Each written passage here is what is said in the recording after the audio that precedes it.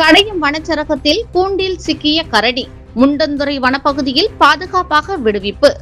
திருநெல்வேலி மாவட்டம் களக்காடு முண்டந்துறை புலிகள் காப்பகத்திற்கு உட்பட்ட அம்பாசமுத்திரம் வனக்கோட்டம் கடையம் வனச்சரகத்தின் ஆம்பூர் பீட் எல்லைக்குட்பட்ட வடமலை சமுத்திரம் பகுதியில் அமைக்கப்பட்டிருந்த கூண்டில் ஆண் கரடி ஒன்று சிக்கியது.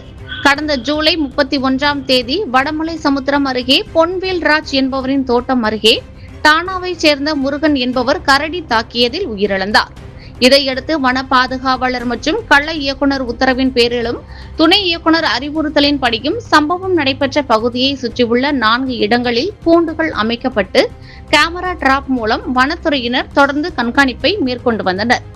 இந்த நிலையில் சேவியர் என்பவருக்கு சொந்தமான குளிர்பான நிறுவனம் அருகே அமைக்கப்பட்டிருந்த கூண்டில் சுமார் 8 வயது மதிக்கத்தக்க ஆண் கரடி ஒன்று சிக்கியது.